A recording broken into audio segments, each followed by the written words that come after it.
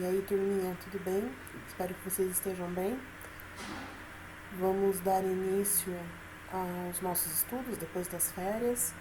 Vamos continuar de onde nós paramos, então a gente vai partir aí do capítulo 3 do livro de vocês, onde a gente vai falar sobre Revolução Inglesa. A Revolução Inglesa ela vai se inspirar no Iluminismo, né, que a gente já havia estudado nas aulas passadas. Vai ser inspirado também no absolutismo, lembra? O poder todo concentrado nas mãos do rei.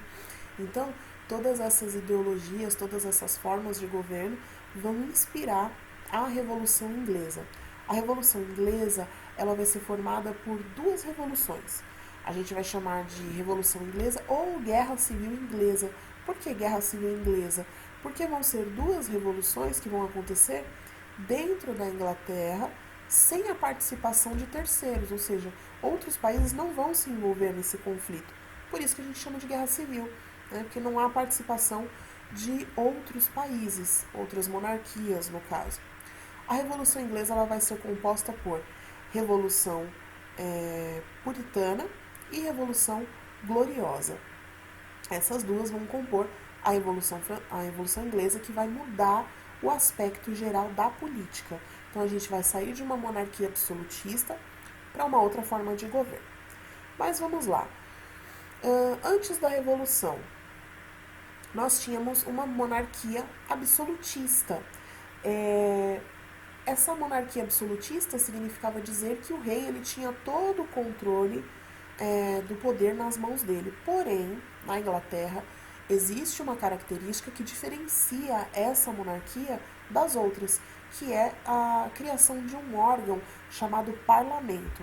O parlamento ele existe na Inglaterra desde 1215.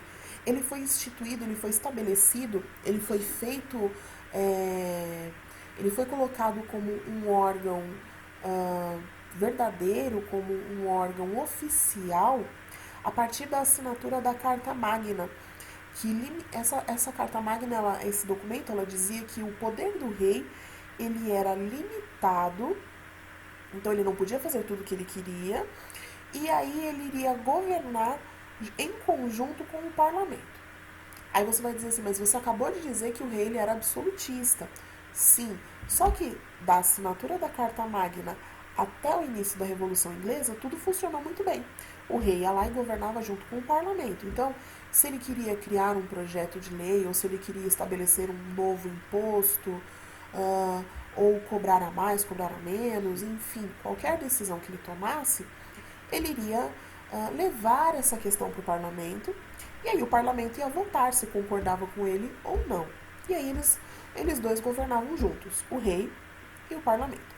O parlamento ele era formado por burgueses, por comerciantes ricos, que representavam o povo. Durante um bom período de tempo, isso funcionou, até que nós vamos ter a ascensão de um rei absolutista chamado Carlos I. Carlos I ele era absolutista, ele era da dinastia dos Tudor, e ele não aceitava muito bem essa questão de o parlamento se envolver nas decisões monárquicas. Né? Como assim? O rei sou eu é quem decido o que vai ser feito do meu governo. Afinal de contas, eu fui estabelecido como rei por conta do direito divino dos reis, né? Que diz que Deus me escolheu para governar essa nação. Então, o Carlos I, ele era avesso ao parlamento. Então, durante muito tempo, ele vai entrar em conflito com o parlamento. Então, durante um bom tempo do seu reinado, funcionava assim. Ele estabelecia um projeto de lei ou ele aumentava algum imposto, normalmente para o lado da burguesia. O parlamento era contra. Ele, como rei, o que ele fazia? Fechava o parlamento. Ele dissolvia o parlamento. Quando a população começava a entrar em conflito, quando ele via que ele ia perder o controle, ele ia lá e abria o parlamento novamente. Aí o parlamento ia lá e acalmava a população. Depois, mais uma vez, ele entrava em conflito com o parlamento, fechava o parlamento. Quando ele precisava do parlamento, ele abria novamente o parlamento. E assim foi durante um bom tempo. Até que chega num determinado momento em que o parlamento ele pega e fala, olha, não, assim não dá. Então o parlamento ele acaba entrando em conflito com o rei, com o rei Carlos I. E aí então o parlamento ele vai entrar numa guerra chamada Revolução Puritana. Então vai ser o parlamento contra o rei e os nobres, decidindo quem ficaria no poder. Quem é que ganha essa luta? O parlamento. O parlamento ele estava sendo governado, ele estava sendo liderado por Oliver Cromwell, um dos representantes dos burgueses do parlamento. Oliver Cromwell, então, ele vence esse conflito contra o rei, leva o rei Carlos I à execução, então ele é executado na frente de todo mundo, ele é decapitado. E aí Oliver Cromwell, então, estabelece um novo tipo de governo na Inglaterra, que é a República de Cromwell, que é uma espécie de república ditatorial.